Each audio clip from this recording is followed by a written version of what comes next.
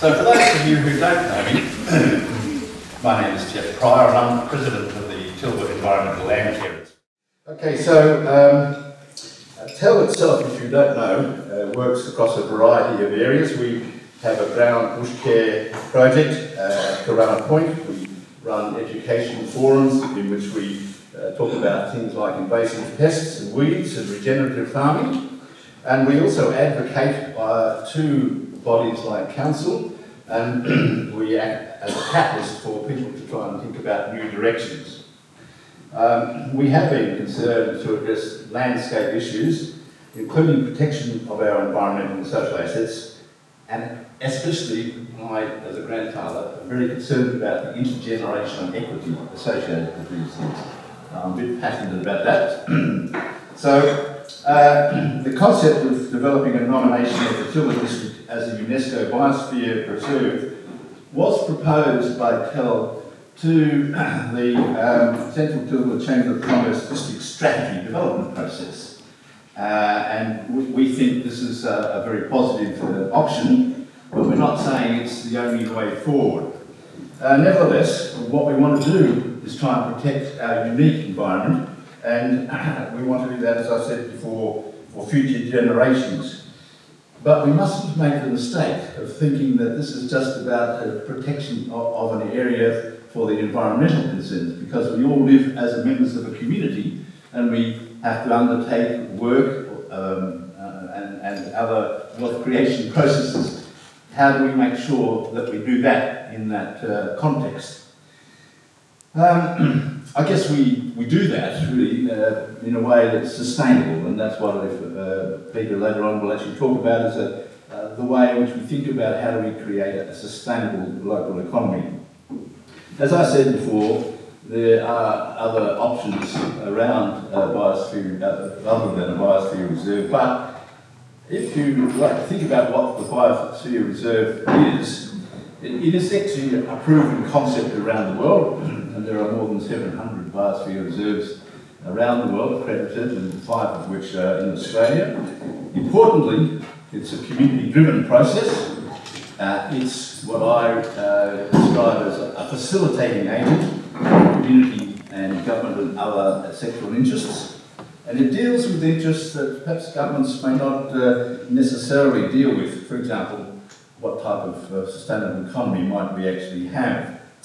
As a community, we're not necessarily tied to the same legal framework that other bodies might be tied to. There's just more freedom as a community or as a community process. Importantly, it's not another level of government. It's actually a community process. More of this a bit later on. And the other thing that I think what the TEL members have been talking about is that it's an option to find a practical way forward which gives optimism at a time of uncertainty. So that's my quick summary of why I'm very keen on the idea, but today is really about how you guys might think about this idea. So I understand that a program has been briefly circulated electronically.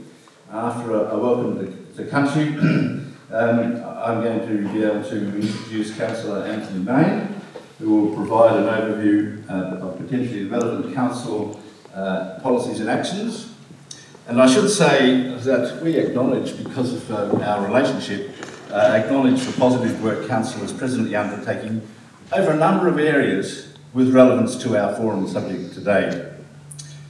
I should also point out that because the TEL project, the TEL idea of the Biosphere Reserve was part of the Tilba plan, Tilba District Plan, it's interesting that the Tilba District Plan has been taken up by Council in its 3-year community strategy.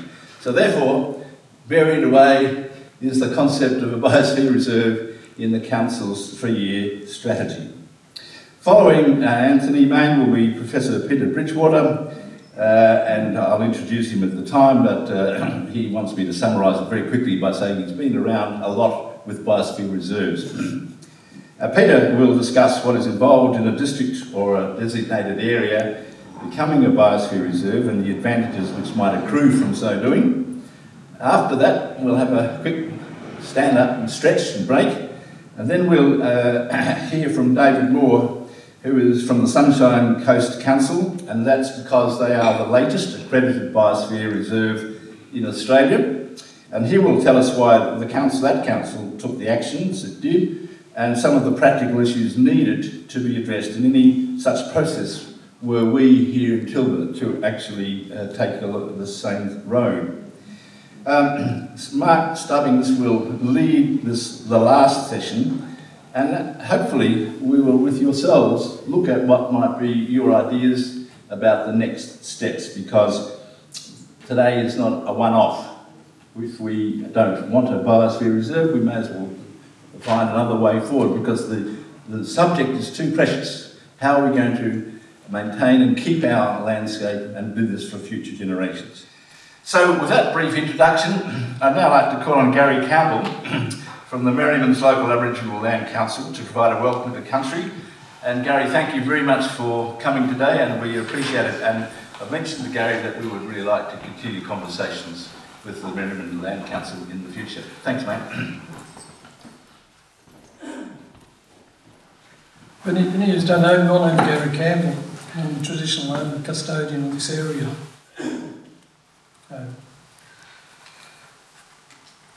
We'd acknowledge the traditional custodians of this land, pay our respects to the elders, both past and present, in the future, for they hold the memories, the traditions and the culture and hopes of Aboriginal Australia. We all must remember, under this land, all these buildings and roads, this was and always will be Aboriginal land. Just like to tell you is our boundary goes from, the Yuin Nation goes from Malakut all the way to Botany Bay. That was our boundary for the Yuin Nation Black Duck tribe. And and I'm just proud that you've got me up here today to come and talk to you, and thanks for inviting me. Thank you.